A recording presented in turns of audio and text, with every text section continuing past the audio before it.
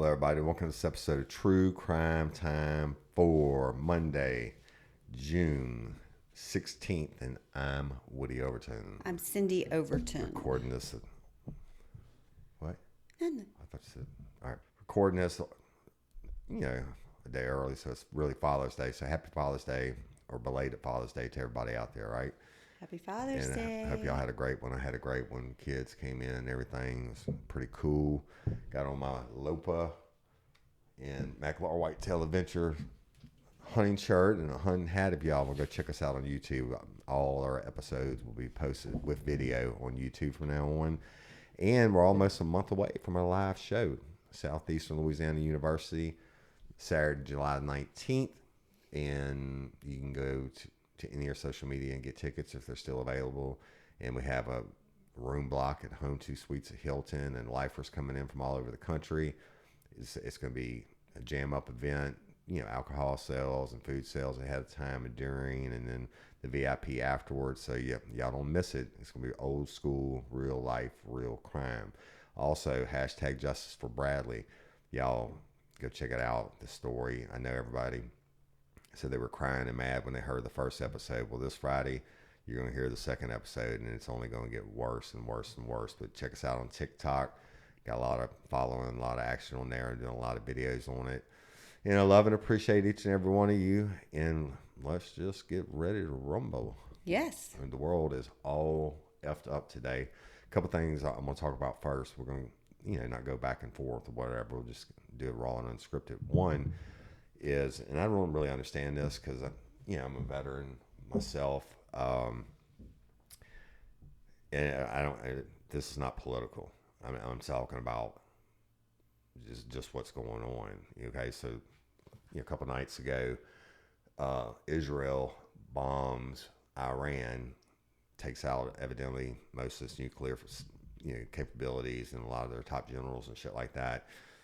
Iran turns around, sends 300 drones in to set off and attacks Israel, but then they fire 150 ballistic missiles, which they said that made the missiles that Israel fired at them look like firecrackers. Mm-hmm. And then it's been going back and forth. They're calling it a conflict, motherfucker. I'm pretty sure that's called war. Right. Right. And so prayers for everybody on all sides. I don't care what you believe. I pray for the innocent people that are getting killed. That's a crime, on no matter what side you're on. And I don't know how it's going to end up. They're evacuating all our non-essential personnel and stuff like that. And Iran saying that they have direct proof that the U.S. is involved in the attack and all that. And of course, we're denying that and what have you. But holy shit, who needs another war? Not us. So it's like another, not the world. Like another homicide. Who needs that? None. Right? Nobody. And going on that, and almost staying on a political note, I'm sure everybody's heard by now. We go to Minnesota, where this guy is a special kind of asshole, and the Minnesota governor Tim Walz is saying that they had some killings and shootings, and this it was of state representatives and lawmakers and their spouses, but Tim Walz, the governor, says the killing of Representative Melissa Hortman appeared to be politically motivated assassination. Yeah. All right. So this dude was acting as a cop, and I'll tell you about him in a minute. And he got in close to him, and he shot two Minnesota lawmakers, and he killed one and wounded the other. But both of their lawmakers' spouses were shot. One of them died, and one of them hadn't died yet. So State Representative Melissa Hortman, who's 55, my age, she's the former Democratic Speaker of the House, and her husband Mark were killed in the attack early on the morning of Saturday, June the 14th. This all according to the governor. And Senator John Hoffman, who's 60, is also a Democrat, and his wife Yvette both survived the shooting and are receiving care. He said, "We're here today because an unspeakable tragedy has unfolded in Minnesota. My good friend and colleague, Speaker Melissa Hortman, and her husband Mark were both shot and killed early this morning in what appears to be a politically motivated assassination." Now, y'all, when the cops are still looking for the dude that did it, they actually had a gunfight with him. Jeez. Yeah, they were able to catch up with him at Hortman's house, Okay. right, where he committed the murders, and they went into a full blown gun battle, and he got away. But his name is, I'm not gonna say it much. His name is Vance Bolter, Boelter, and he's a 57-year-old. And like I don't have to read it because I know the story. He Once they found his vehicle, they found a manifesto and a list of political figures that he's going to kill and assassinate. And he also was supposed to attack some rally, whatever they call it, that they had all over the country this weekend. And so people, the Minnesota authorities were urging people, don't go to these rallies because, I mean, he says in his plans, I'm going to attack it. Yeah. And, it also had to do with like abortion and shit like that. Yeah. He's, I'm not going to give this dude any props. His bio is just this long security shit in the Congo and shit like that, and different companies. But he is on the loose, on the lam, and he actually sent a text message to a couple of his friends during things saying, "Hey, I know you didn't know anything about this, and I'm probably going to be dead soon. But I know you didn't know anything about this, and I'm sorry," and stuff like that. But I don't know, it's just crazy, but he is on the run. The FBI's released photos of him. If y'all want to go online, it's everywhere. Boom, and they actually arrested his wife on the later on. So later that day, they stopped his wife. She was in a vehicle with a couple other people, and they had passports and cash and all that. And so she's being detained by the police. They got her at 10 o'clock in the morning on Saturday. That's pretty good police work. But she was in a car with 3 other relatives, and they got her in a traffic stop in Onamia, Minnesota. And they had a weapon, ammunition, cash, and passports that were found in the vehicle. So she was driving. She was actually driving the car when they stopped her, and according to the New York Post. Said a dozen law enforcement squads converged on the vehicle and remained on the scene for 2 or 3 hours. This according to a eyewitness. And of course, y'all at the time we're recording it now, it may change before Monday morning. This Vance asshole who killed these people for political reasons, which is just stupid, and he's still on the run. So I don't know. Wow. There you have the state of the world today. Well, how's it rolling, right? Not good. I'm not gonna go into all this stuff about him. Fuck him and what he did before. He's an asshole. He shouldn't have done it, and it just adds more fucked upness to the world today. Yeah. So you go. Well, what you got? Well, I got some more effed upness. I got a story of a 2-year-old little Bronx boy. Bronx boy. Bronx boy, and You mean Bronx, Bronx, New York. Yeah. Okay. And this little 2-year-old vanished. And we're in the Hunts Point neighborhood of Bronx, New York. All right. And his name was Montrell, and he was wearing a white t-shirt and a diaper. Right. The incident occurred on May 10th at 10 p.m. And he was last seen leaving a family gathering with his 20-year-old father, Arius Williams, that night. That was in the white t-shirt and a diaper at 10 p.m. But he leaves a Mother's Day celebration with the daddy, and surveillance video shows the duo together near Bruckner Expressway.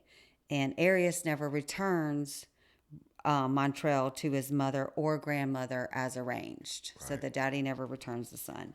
On May 11th, May 11th, nothing happens, and they apparently don't report him missing until May 30th.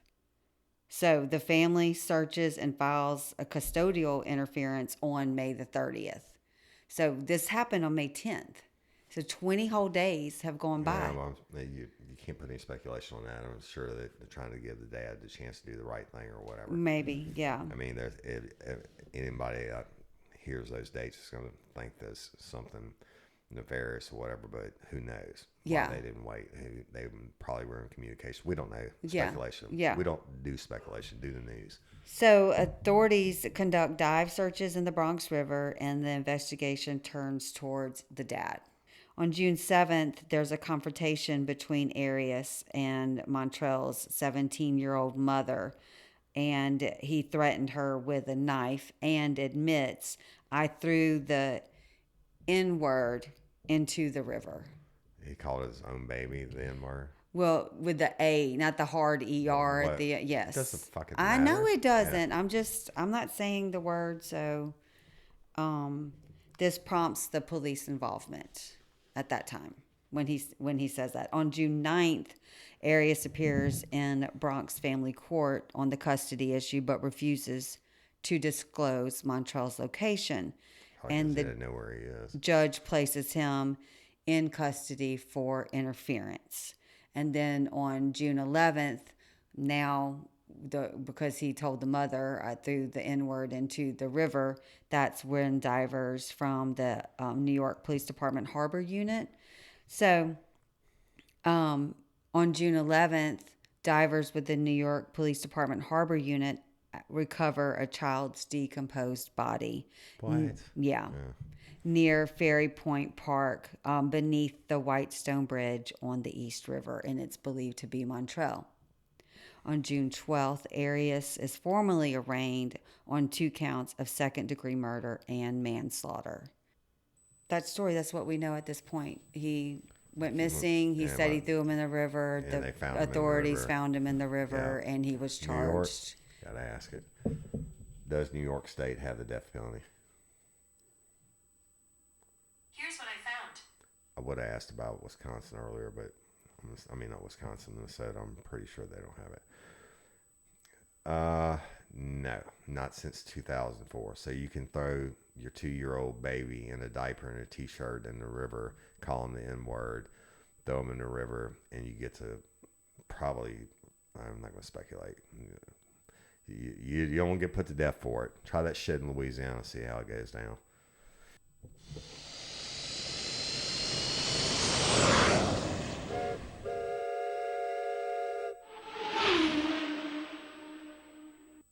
All right, y'all. Planes, trains, and automobiles. All right, when you get on a flight, sometimes it's people got their knees in the back of your seat, or you're stuck in the middle and people are close to you and shit like that. What point do you think it is that they're actually too close to you? When they're on you. Define on In my world, if you touch me, you're too close to me. Okay, well, let me tell you about Mr. William R. McLevy. He's 65 years old. He's traveling on a flight from Tulsa to Dallas on April 25th of 2023. And there was a lady sitting next to him. Okay. And evidently she agrees with you, but he started to touch her breast and her thigh. Oh, that's a little too You think? Yeah. A fucking dumbass. So, and for that, he's facing up to 3 years in federal prison for repeatedly groping. So he repeatedly grabbing, touching. So anyway, he was on a Southwest flight, like I told you, from Tulsa to Dallas, when he started to molest the woman next to him. This included touching her breast and inner thigh. I mean, you might could get away with like your hand brushing the outside thigh, Right. but you going on the inner thigh? I know you can't get away with touching the titty, but anyway, but on 4 occasions he did this, like reaching over, give me a little thigh, give me a little titty meat, and I mean so guess what? He's arrested. He did it the first time, and she said, "Hey, dude, don't do that." Yeah. He did it again. Yeah. She's like, "Stop, motherfucker." He did it again. She's like, "Stop. Don't do that to me." He did it again. And I mean, that's all in the complaint in the Northern District of Texas. Okay. So they go to trial and the victim testifies about it, and she told prosecutors she initially thought that the man had inadvertently touched her and his actions were accidental. But just a few minutes later, the victim made her feelings clear by forcefully pushing McLevy away and telling him to keep his hands to himself. She should have knocked that motherfucker out. And on the third instance of him reaching over and getting it, she described feeling trapped as McLevy again started to touch her. And she said when he went in for the fourth time, when he went in for the fourth time, the victim got loud screaming, "Get your fucking hands off me or I'll break your fucking hand," right? That's what you would have done. Now, this is in court. I mean, she had to testify about it.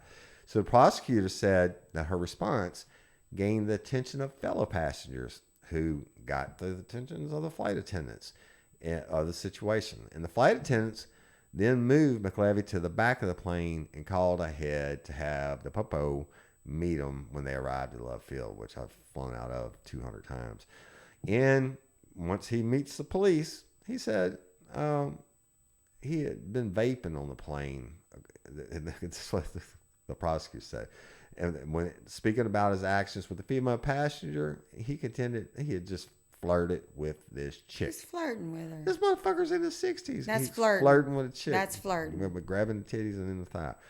Now, during the trial, McLevy claimed to have no recollection of the incident because he consumed alcohol and marijuana gummies prior to getting on the plane. Oh. Yeah, that's not really going to work for you. No.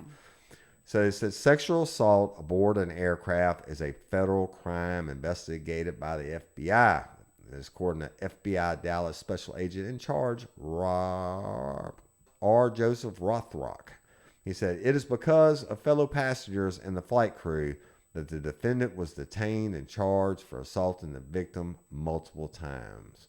And guess how long it took the jury to find this asshole guilty? 2 hours. 30 minutes.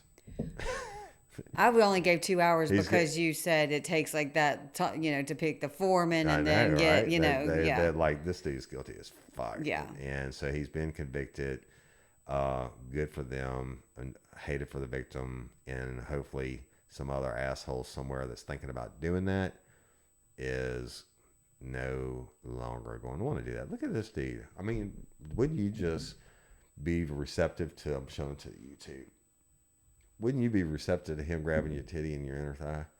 I don't even know if I'd be receptive to you grabbing my on an inner thigh on a plane with someone else, multiple people watching. This dude, y'all, he looks like, and I'm a grandfather now, but he looks, I don't know. That's just what happens on planes, trains, and automobiles. It is what happens. All right, what you got? I had another planes, trains, but we'll save it for another day. I got another baby story. Oh, Lord. I know. Baby babies. Baby babies. This is a story of Nola Dinkins. And she is a 3-year-old in Newark, Delaware.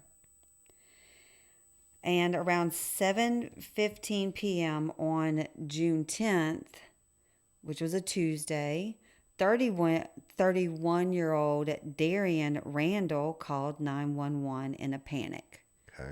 And she told officers that... 911, what's your emergency?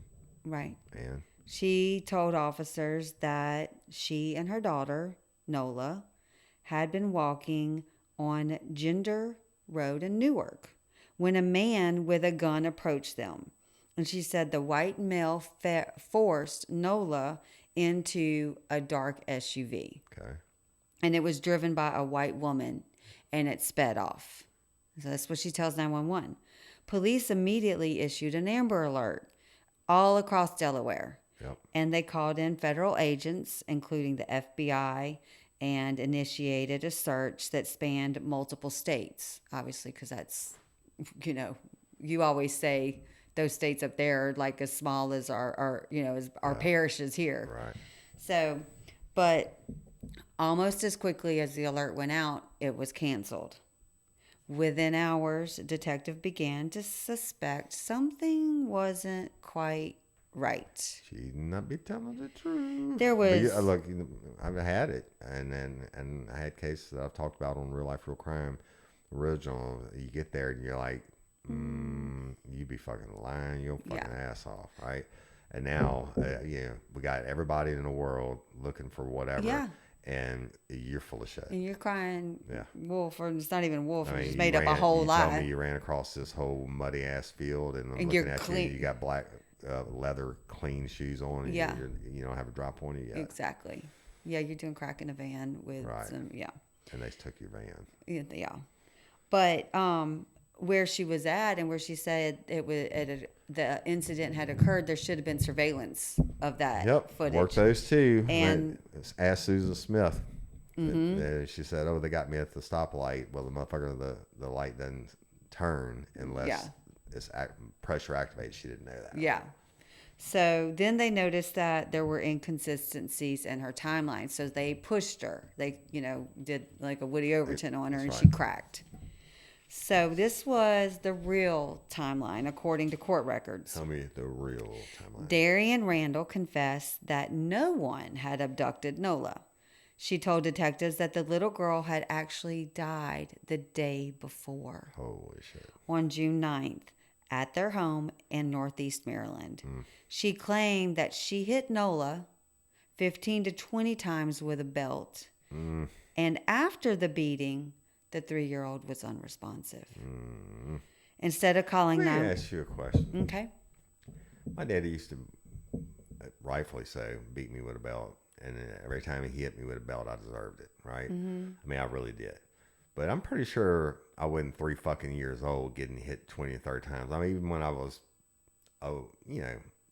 12, 13 or whatever, and he was whipping me with a belt, he never hit me 20 or 30 times. That's fucking ridiculous. Well, 20 or 30 times on your bottom is a lot different than... Even that's what I'm saying. Nobody deserves to be strapped 20 to 30 times on anywhere for whatever they did. I 150% agree, but you're not going to kill a child by hitting them on their bottom with a belt. You usually don't know about think that, but you usually think a spanking is on the butt, right? Yeah, well, they didn't say that. They didn't say that, but when you're hitting her 20 to 30 times with a belt, and after the beating, she was unresponsive. This Instead is of Maryland. instead of calling, Does Maryland have the death penalty? Okay, I found this on the web for Does Maryland Have a... Because I can only see the story end in one way. No, they do not. They have had it in the past, but don't have it now. okay, well, it gets pretty bad. I can only imagine. That's why I went ahead and looked it up, because I'm sure Nola is dead AF. And you said it was her mama, huh? Yeah. Well, I should have done the effed up family, but it doesn't matter. So instead of calling 911 after she was unresponsive, Randall and her boyfriend, Cedric Antoine Britton, wrapped Nola in saran wrap. Jeez Louise. Saran wrap. I guess they were out of blankets or something. Placed her in a suitcase, and left her in their basement. Nice. The next day, they went to sleep. Yeah. The next day, they drove the suitcase across the state line and dumped it in a vacant lot in Hartford County, Maryland. That's how they roll. I guess they try, nothing says it's time for Family Matters. I'm sorry I didn't press that one ahead of time, but I didn't know this family was going to go to these lengths. I mean, wrap them in saran wrap, or the baby in saran wrap, put it in a suitcase. First of all, you're going to sleep on it, and then get up in the morning, have your coffee, and then say, we're going to drive her across state lines. And so Or him or her. they put her in the vacant lot, and then detectives questioned Britton and the boyfriend, and he even drew a map to help them find the body. So the body's found on June 11th. That Wednesday afternoon, police located the suitcase, and inside were human remains. I would not want to open that fucking suitcase. Because you know what you're going to find. Yeah. A baby A dead wrapped baby. in plastic In saran wrap. Yes. So while authorities are still Pretty awaiting sure I would lose my job at that point. confirmation from the medical examiner, investigators are confident the body, of course, is Nola. I mean, Who else is going to be? They drew a map. so Darian Randall, the mom, is facing multiple charges. in both Delaware and Maryland, including first and second degree murder, first degree child. Maybe they have a chance. Let's see. Does Delaware have the death penalty? There's hope I for found us. this on the There's hope for us yet, y'all. Let's see. Nope. Delaware doesn't have it. Never mind. First- It definitely wasn't a flu anyway. They could try and say, hey, well, we don't really know she was dead until he got over here just so to give them the needle or whatever they use. But they don't use it. First degree child abuse resulting in death, filing a false police report, and failure to report a child's death. And she's being held on a $1 million bail in Delaware and is awaiting extradition to Maryland. Her next court appearance will be June 23rd. Britton, who is 44, was arrested in Maryland and charged with an accessory after the fact, and along with evidence tampering and failure to report a child's death.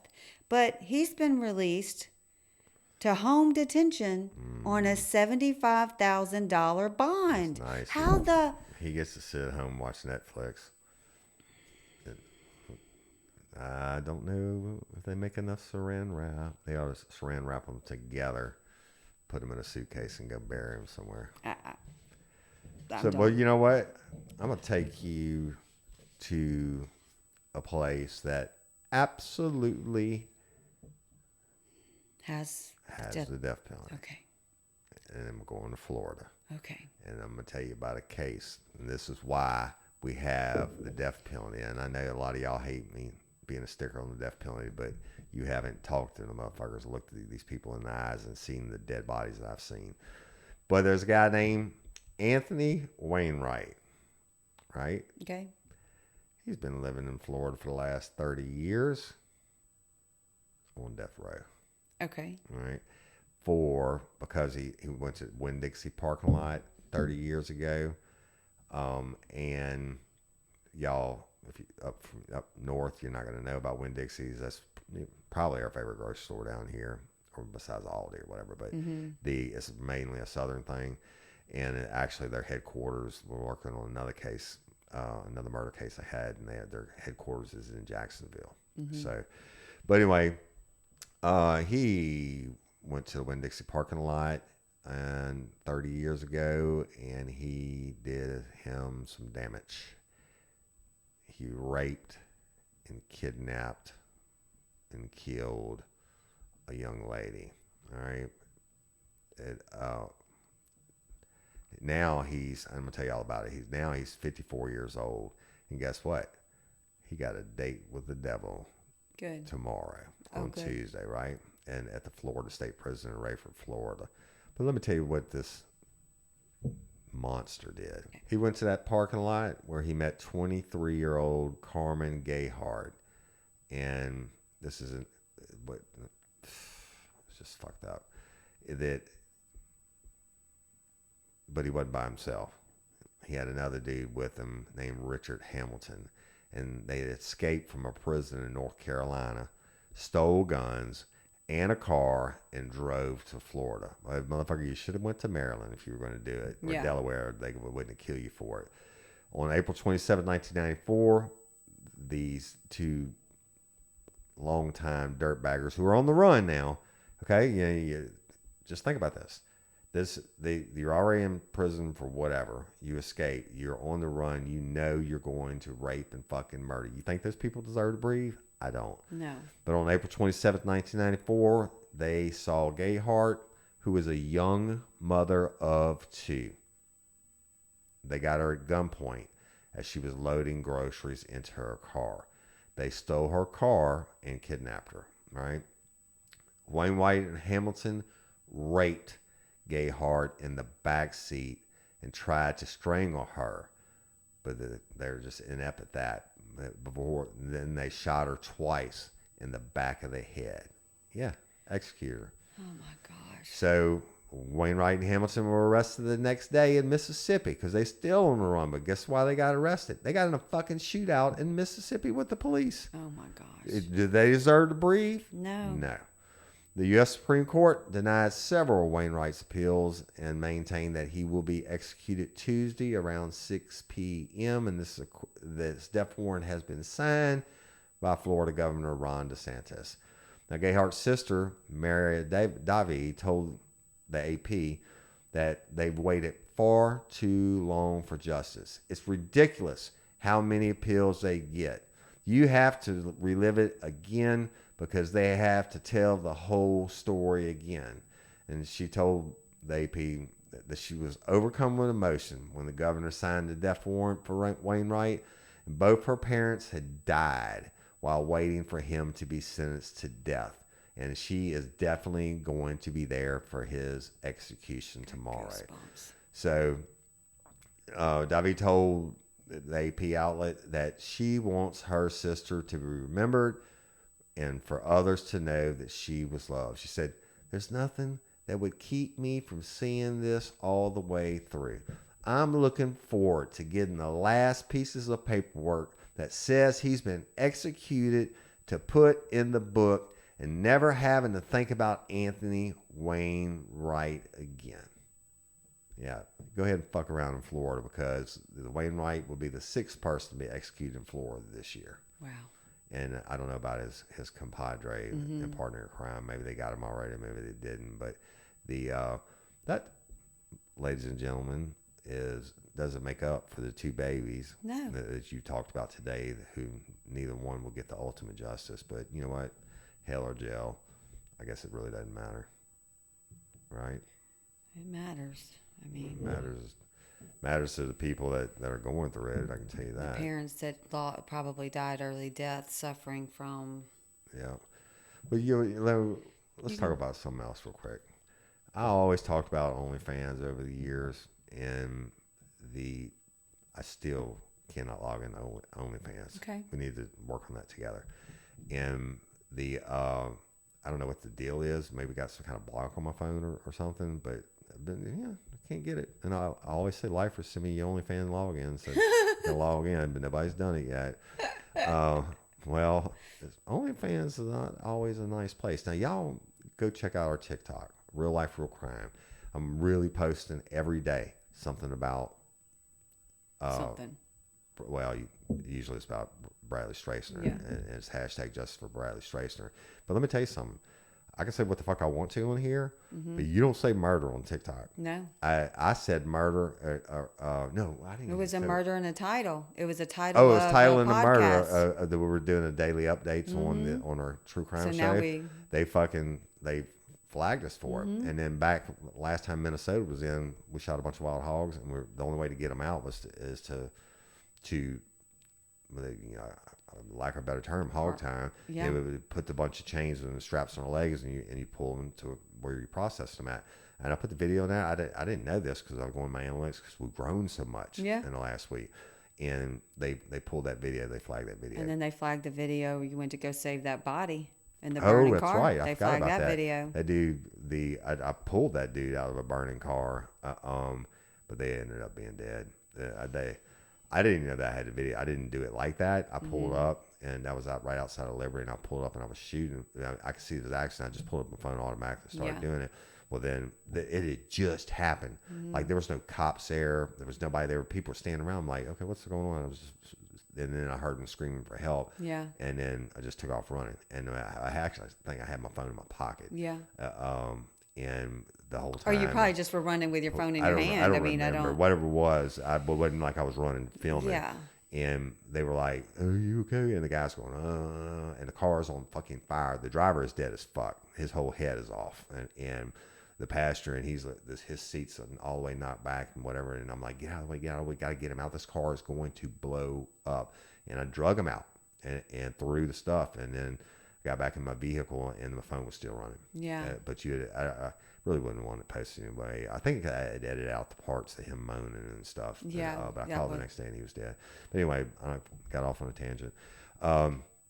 Let me tell you about some OnlyFans stuff. So you were saying on TikTok you can't say certain things, but TikTok, OnlyFans you TikTok, can do. you're right. I forgot. Okay. As a squirrel, as I always do, I start on one thing and get on a tangent. Yeah. But so you in TikTok, you got to say schmurder or raped or whatever. Yeah. So I have to learn that to not get in trouble. But anyway, there's a lot of videos there. Y'all go check it out. So they had an Italian banker, and he got sent to prison for. I don't know. Well, his prison sentence actually got upgraded to life behind bars. Jeez. Right? So what did he do, you ask? You might ask yourself. Well, he met an OnlyFans model. And killed her. After becoming upset because she wanted to move across the country to be with her 6-year-old son. Oh, so you can't. I'm going to just kill you. Exactly. Yeah. Okay. So his name is David Fontana. He's 45 years old. He was re-sentenced to life in prison in May after being found guilty in 2023 of killing 26-year-old Carol Maltesa in January of 2022, leaving her young son without a mother. And this according to La Stampa, the Italian newspaper.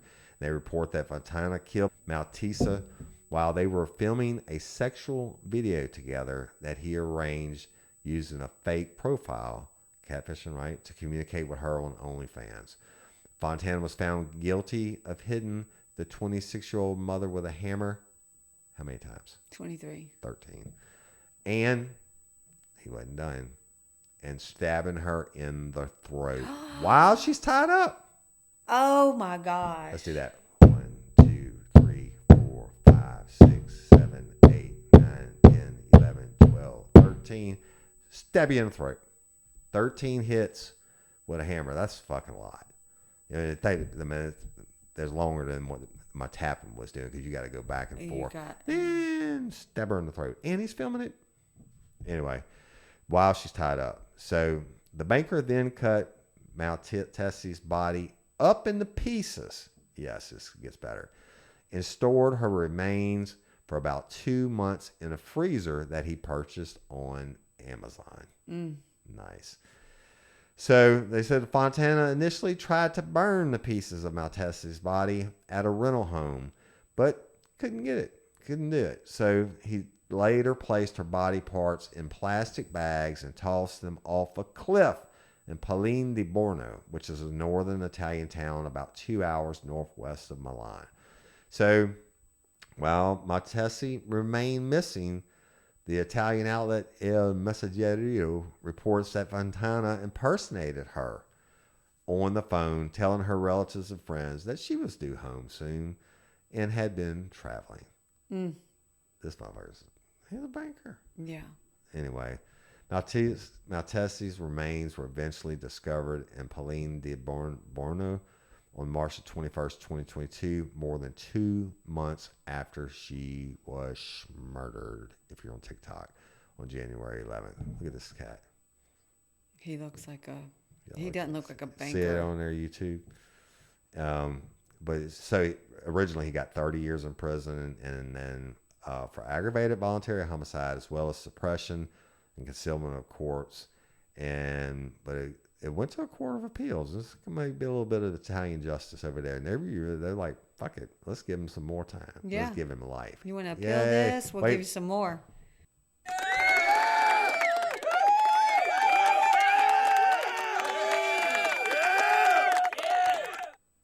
Shout out to our Italian counterparts in the justice system. Went back and got him from 30 years to life, right? Fuck him, let him die in prison. I don't know if Italy has the death penalty. I don't even think I should ask. So, real quick, that during the trial or during the appeal, the prosecutors said Fontana had become upset with Maltese after she had plans to move to Benicio, which is about 250 kilometers east of Milan, to be with her son. And Fontana told Maltese's son, who is now 8-year-old, and Maltese's parents during his re-sentence hearing in May. He said, I would like to apologize again to everyone, especially to Carol's parents and to the son. I don't know if I will ever be forgiven for what I have done. I would really give my life to go back. Well, motherfucker, Give you your gave life. your life because of it. Just give right? your life. Sorry. But he's paid 39,000 euros to Maltese's young son as part of the court-ordered compensation. It should be a lot more than that. So one of the outlets that was covering the trial, and I'll end it with this, said that just days after his mother's murder, I remember she was missing for 2 months. He didn't know she's murdered yet. That the little boy was at his school, and he could be heard telling his friends that his biggest fear was one day not being able to remember his mother's face. Oh. Right? That look on your face is the real deal. And it is what it is, and bad people suck. And, I mean, 13 times to the head and 1 to the neck. There's a picture of her. She's pretty. She was pretty. And now the kid's orphaned, I guess. I don't know. So that's it for real life true crime time. Real life real crimes, true crime time for all the bad shit in the world today. At least I've tried. I mean, groping on an airplane ain't funny, but I tried to lighten it up a little bit. Hopefully, I don't want to say I was going to say hopefully that dude squeals like a little bitch when they stick him tomorrow, but whatever. It's not my place to press for that, but it's just how I feel. I agree. I don't know about the rest of it. All right, hashtag Justice for Bradley, y'all. Also, Queens of Digital Marketing, or the Queens, which the series is dropping on Saturday. Go check it out. Miss Tina's story is just amazing, and what they're doing with these survivor thrivers of sex trafficking, which is you really get the inside perspective from her point. Yeah. And she's something, really, really something, and blessed to be alive. Yeah. And she's blessing other people. Yeah. So the hashtag Justice for Bradley, these things, I got to tell the story.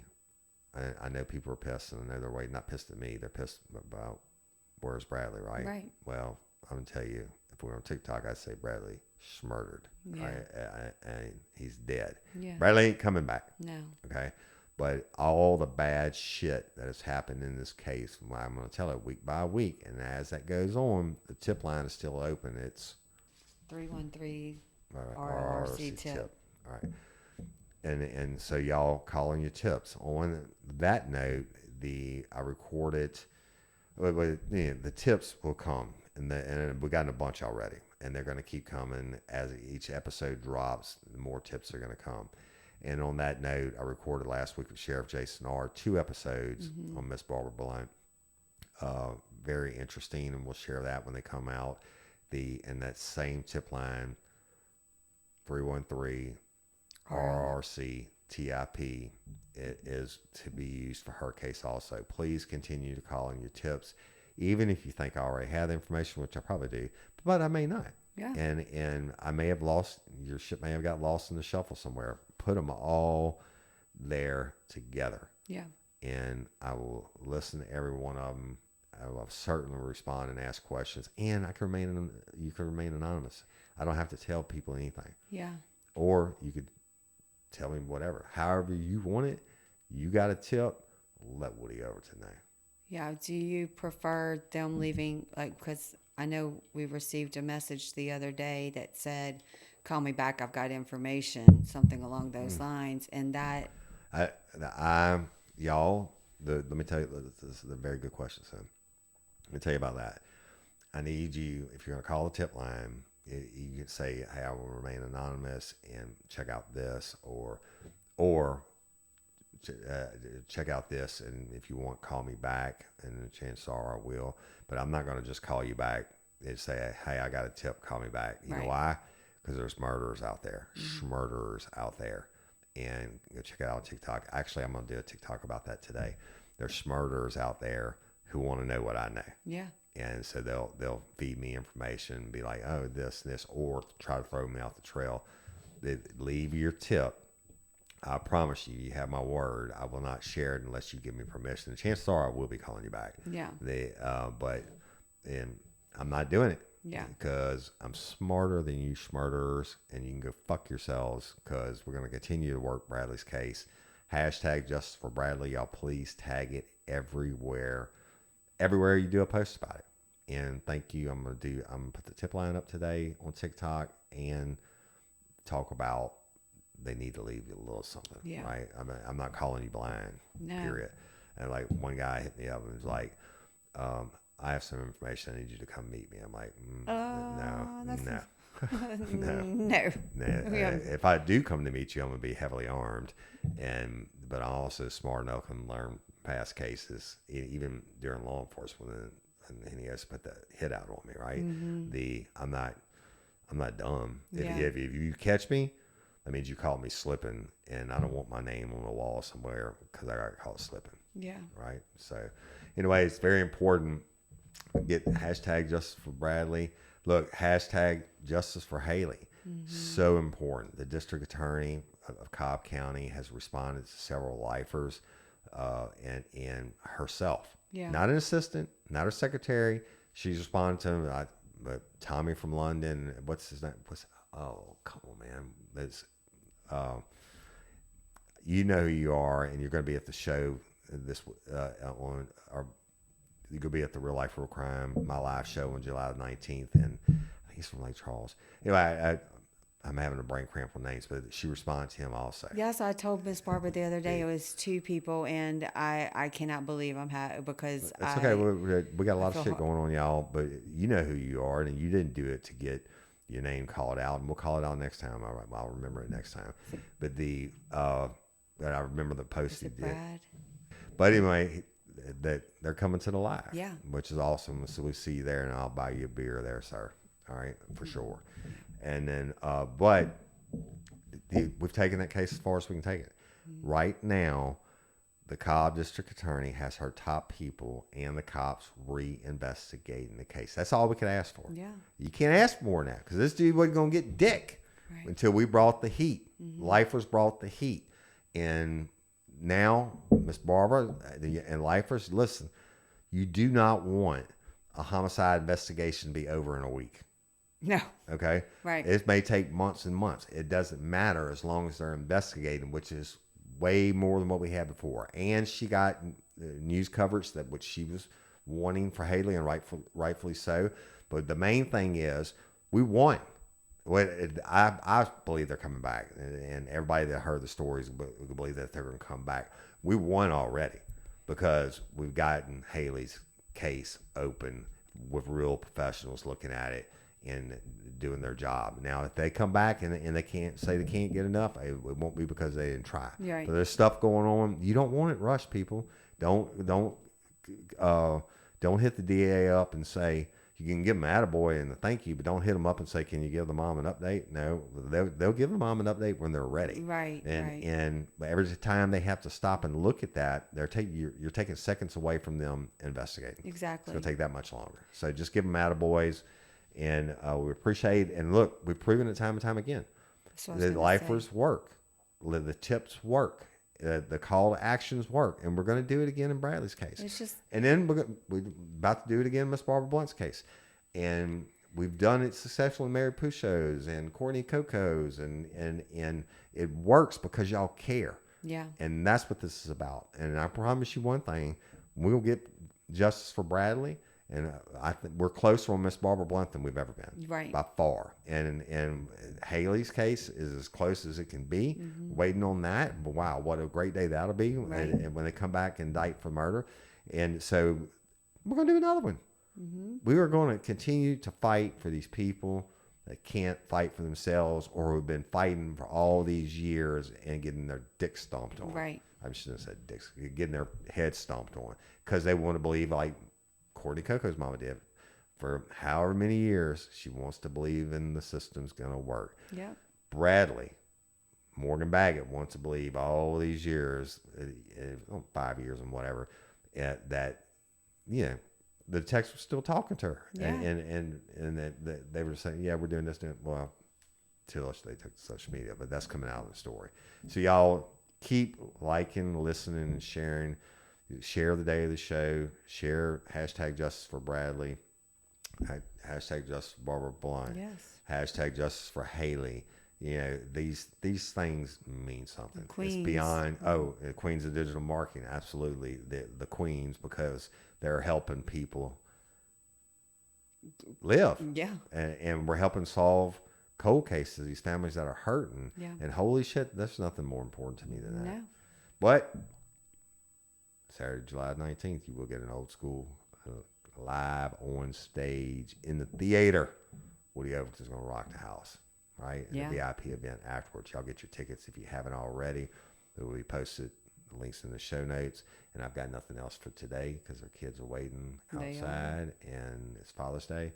And I'm going to say happy Father's Day to everybody again, especially happy Father's Day to your daddy and my daddy who are in heaven. Yes. So, and all the daddies are in heaven. Happy Father's Day to you. Thank you, baby. I love you.